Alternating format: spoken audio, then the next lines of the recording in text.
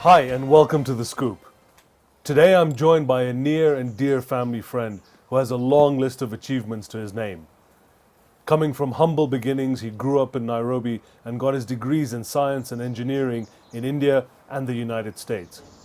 After returning home to Kenya in 1951, he found and transformed a prospering family business into a billion-dollar enterprise that has a presence in over 40 countries, making him one of Africa's leading industrialists.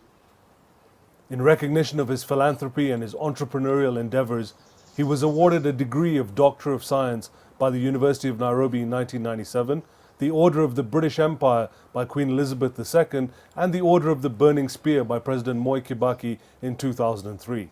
Along with being the chairman and CEO of the Comcraft Group of companies, he's on the boards of several prominent East African companies with a vision to do as much good as he can for as long as he can. Dr. Manu Chandaria, welcome to The Scoop. Manu, Uncle, thank you very much for coming. Thank I have you. to call you Uncle because I've known you for so long. Thank you. Manu, Uncle, humble beginnings, but you've been in Kenya, your family's been in Kenya almost 100 years now. Your Yeah. dad came here in 1915. Yeah. You were born not too long after that. Your dad was determined to give you the best possible education. He sent you back to India for your undergraduate studies, sent you to the US for your degree.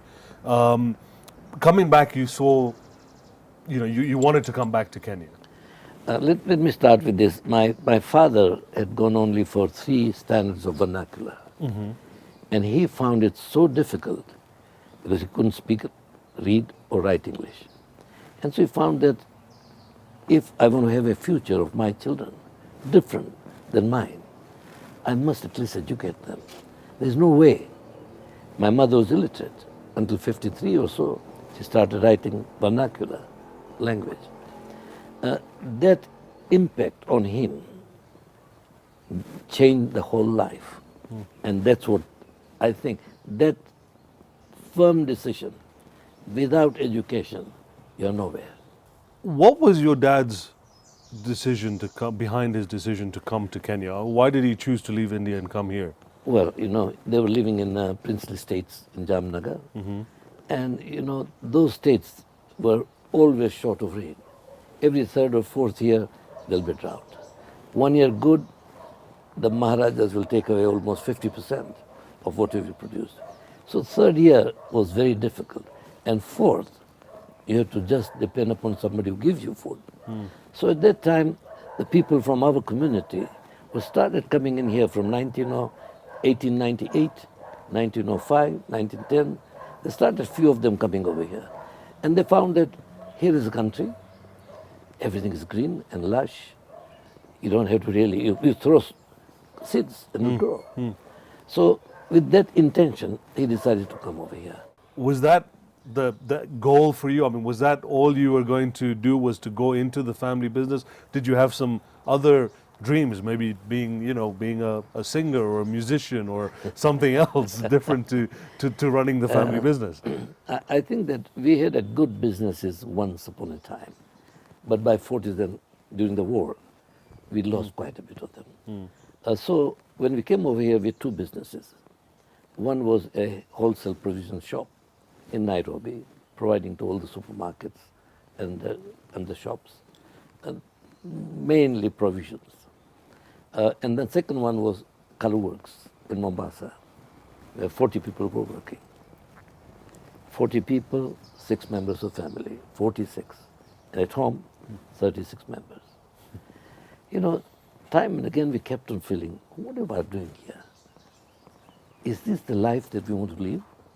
Looking out of 40, and I was second engineer.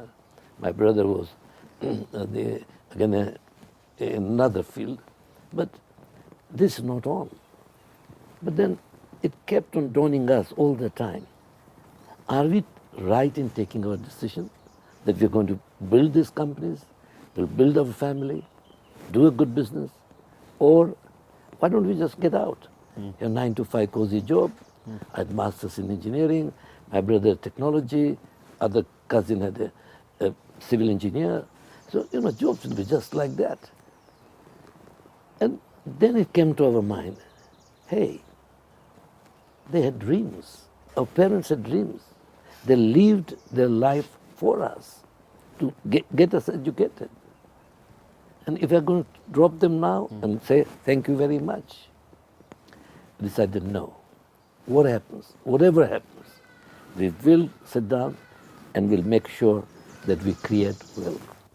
So how did you keep it together? Because that's often it's the secret of the success of many big empires is the family sticking together. But it's also the downfall of many empires is the family splitting up. Yeah, absolutely. Well, I think that during my college days, that was the time when Gandhi was having what we call Quit India movement. And you know, Gandhi impressed us so much while we were in university. We couldn't believe that this man could have wonderful life. After South Africa, he could have had a wonderful life. He decided, no, I'm going to serve the people. He went around, half dhoti. And to join him, very simple principles, you know. Quit India movement is, we cannot move British out unless we make and compel them to go out. Number one, don't use any imported goods. Number two, don't use any goods which are manufactured after the machineries and equipment from overseas. That limited us. We had to start spinning. For 4 years in our college time, all of us, 4 of us, we just spun our own clothes and then gave for weaving, and we had 2 shirts, 2 pair of pants, 2 underwear, and that's it. That showed us the sacrifice in life. And if this man did it, and he got India independence. By the time when we left India, India got independence. And not only India, but many other countries in the world started getting independence. Now, what was the reason for this? Strong commitment, strong sacrifices, that one should decide that you're going to do it, that don't let anything come against you. So that was the first principle that we learned, that if our parents had sacrificed so much, then what are we? And you managed to instill that amongst Absolutely. all of the family Absolutely. to do that. We'll be right back with Dr. Manu Chandaria. We're going to talk about traveling outside of Kenya and his first experiences there. Stay with me.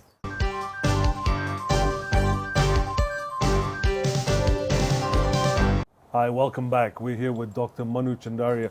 So Uganda, Congo, you know, how were those countries compared to Kenya at that time?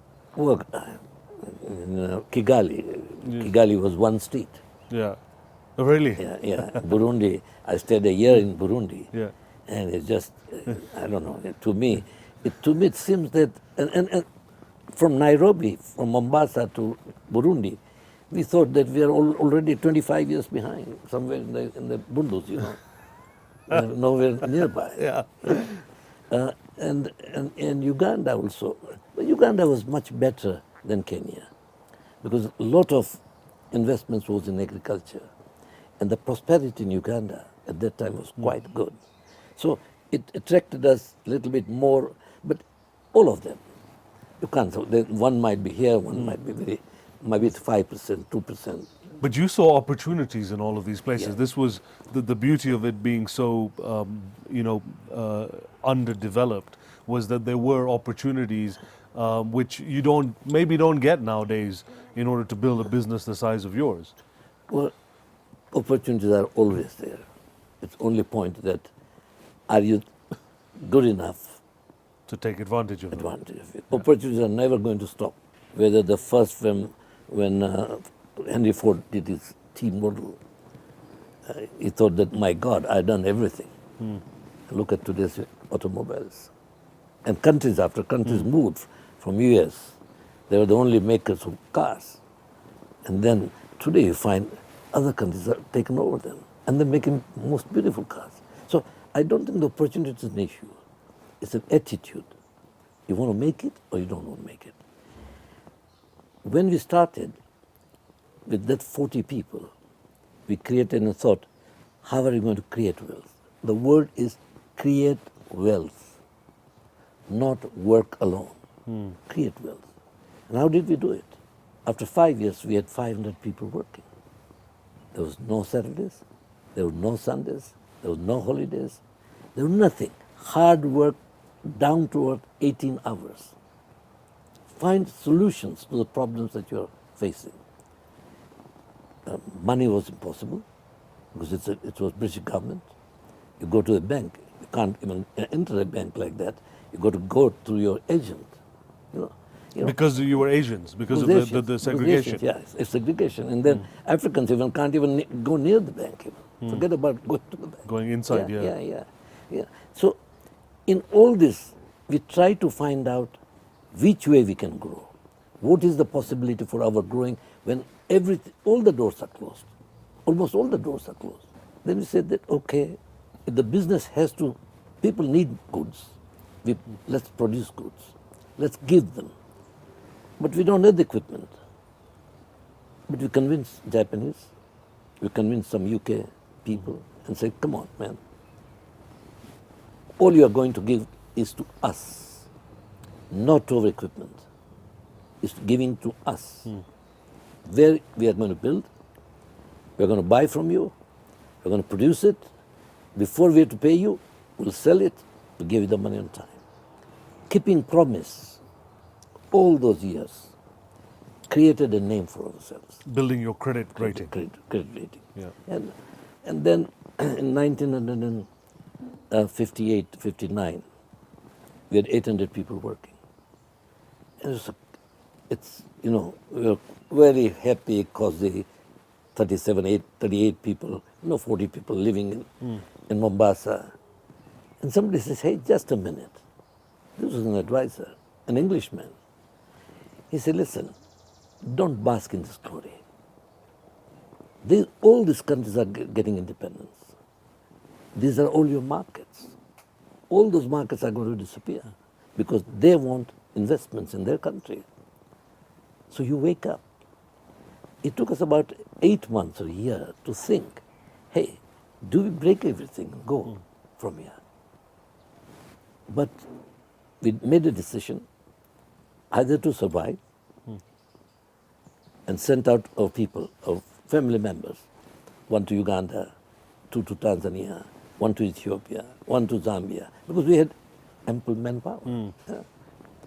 And 5 years of real hard work, we were in 6 countries manufacturing. That gave us an idea it is doable. And this was just before independence came. Just before independence. No, from 61. From 61 up to 65. So some of these countries were just Just becoming getting, independent. yeah. And that was a risk. Tanzania. It was a risk that you took because Absolutely. on independence they could have all turned around Absolutely. and said, you're Asians, Absolutely. leave. We're going to Absolutely. nationalize Yeah. everything, which did happen in some countries as well. Absolutely. We lost out. We lost out in 3 countries. Which in Tanzania, I would assume that... No, first we lost out in Uganda when Amin came. When Idi Amin came, yeah. When Ethiopian Emperor died, killed In Haile due to the Selassie, revolution. yeah. We lost everything there. And to date, we have not got it. We lost everything in Burundi. And at that time, it's Rwanda and Burundi together. Lost everything because you can't go there. Yeah. It was just too risky. Yeah. So we just forgot about And it. Tanzania under Nyerere, did you... Yeah, and Nyerere was very interesting. And when he nationalized 68, he said, no, we are not going to nationalize you. Because you started now after we came into power in 61. He came into interim government 60, 61 they were independent. So you came after us with your money. We can't nationalize you.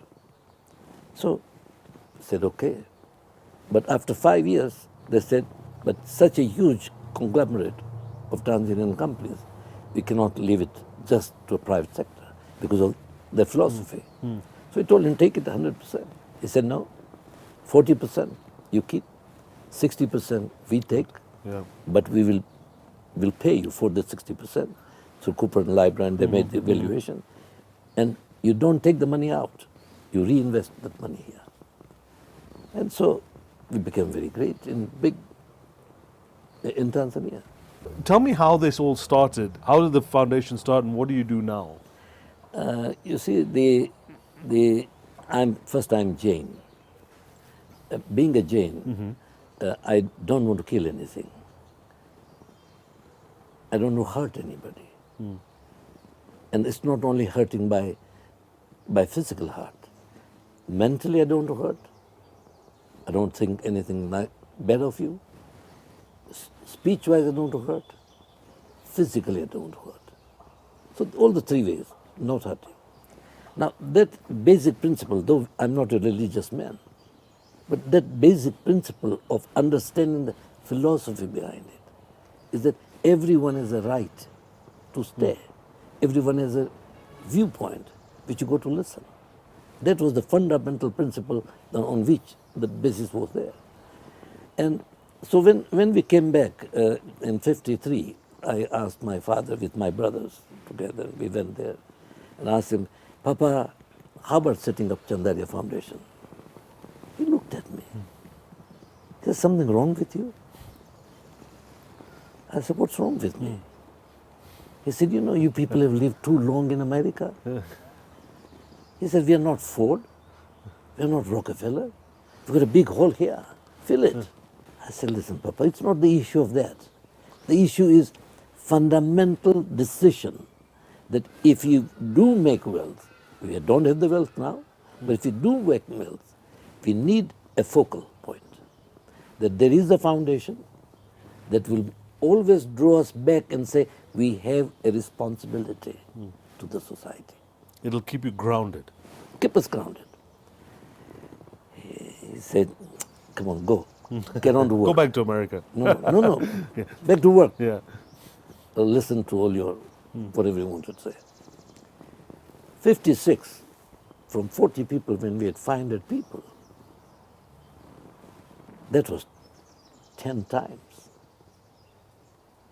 So he came back and said, okay, you know those ideas of Chandaria Foundation, my 10% of my company, Chandaria Foundation. And we started with one scholarship. But the ideology was that if I want to keep this family, or we want to keep this family, it's not me alone, but all of us family, if we want to keep the family, we must be on the ground. More money, you're just elevated from the ground. You don't know the realities. No pain. We'll be right back with Dr. Manu Chandaria. We're looking at what's next and the scoop as well. Stay with me.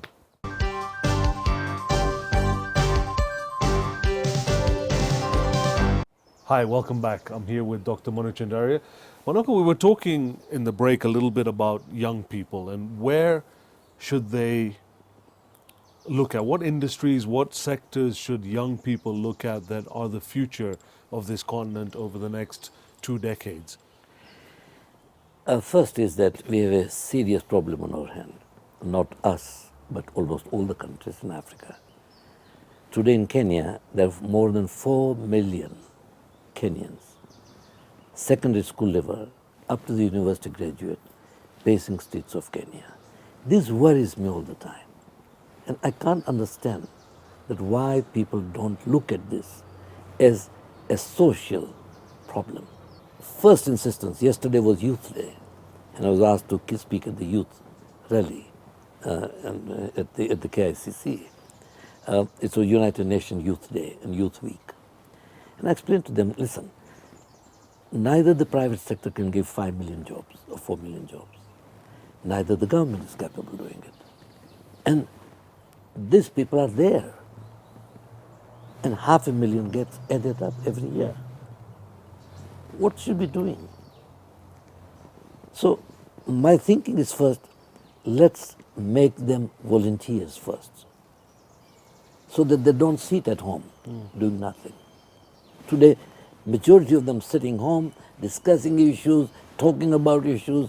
You know, But volunteers, I mean, they're not going to want to, are you saying paid volunteers or free volunteers? Free volunteers, because I wouldn't think that that would work. yeah, it works in many countries. It can work even today here. That will give you some possibility of ultimately understanding what you are doing. Work teaches work.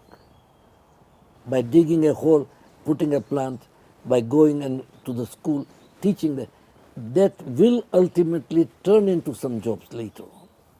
But today, keeping our 4 billion people at home sitting doing nothing. It's asking for trouble, It's asking for trouble. It's a disaster. which is what you're saying is we Sense of need to do across the continent to give the Absolutely. youth a sense of Sense purpose. of purpose. And then you start thinking about it. If somebody came and said, Mr. Manu, I've got 100 people here. We want to put 100,000 trees. Will you support me? I said, go ahead. Now, somebody has to come out and do it. We talk about 1.5% forest cover from 11%. Who's going to do it? Do you expect that World Bank is going to come and do it? No, we are going to do it. So I think that there's a whole sense of purpose is lost out completely. And so if we don't give them a sense of purpose to live and to remain and feel themselves that they are human beings, they're wanted in the community. They're not just outcasts.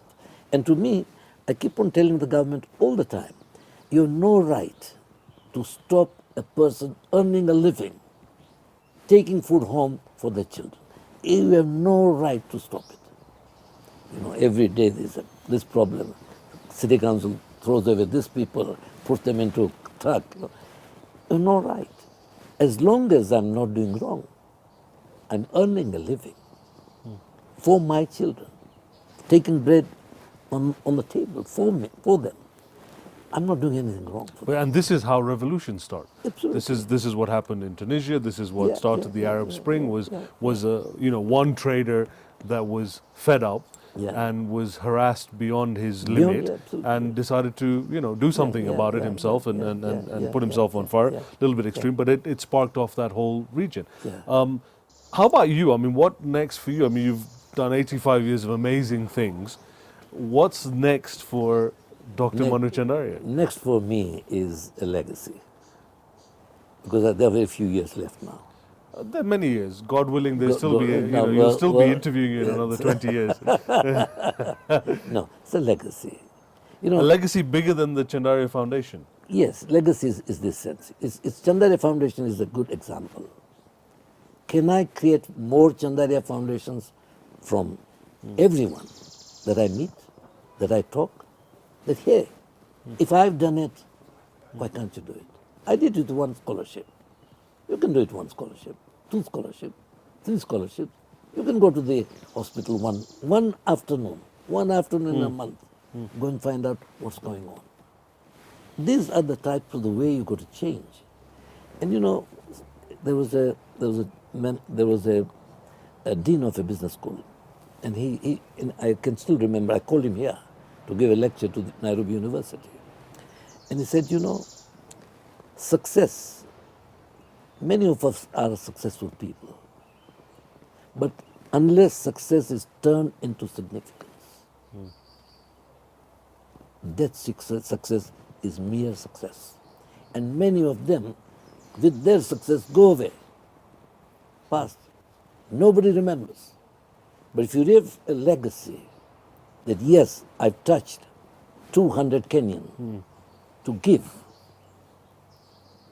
if I created a small commune who are believing in giving, that's the legacy I'd like to leave. And the show is called The Scoop, Manu Uncle. So, you need to give me a scoop. Something Well- about you that well- nobody else knows. Scoop to me, the way I understand English, is to take a spoon, scoop it up, right? I try to take with every man that I meet something from him. There's always good in somebody. He might be very small, he might be very big, but I always take something out of him to add to my, and I feel humbled that way, that I don't know too many things yet. There's a whole sea there that I have to learn. So I scoop it up from them and enlighten myself that yes, I learned from him something. I learned from him something. And see whether I can duplicate, triplicate, quadruplicate. Success of Chandaria family is purely, if you're successful in one industry, if you knew how to do it well, we set up 1, 2, 3, 4, 5, 6, multiplicity. Brain remains the same, know-how remains the same, suppliers remains the same, and consumers, Remain the maybe the different country, Yeah. but the same. But the same. So, how do you multiply these ideas and thoughts? Let's take other people's, the best of other people, Best of other people, scoop it up. scoop it up. And that's The Scoop with Dr. Manu Chandaria. Join me again next week when I'll be talking to yet another great African personality. From me and the entire team of The Scoop here in Nairobi, Kenya, thanks for watching. Manu Uncle, thank you so much for your Thank you. time. I Thank hope you enjoyed it half as much as I did. No. It was You- fascinating, really fascinating story. You have been a role model. Your father was a role model for me. I thank And, you. and I'm Thank seeing that You you are growing into those shoes.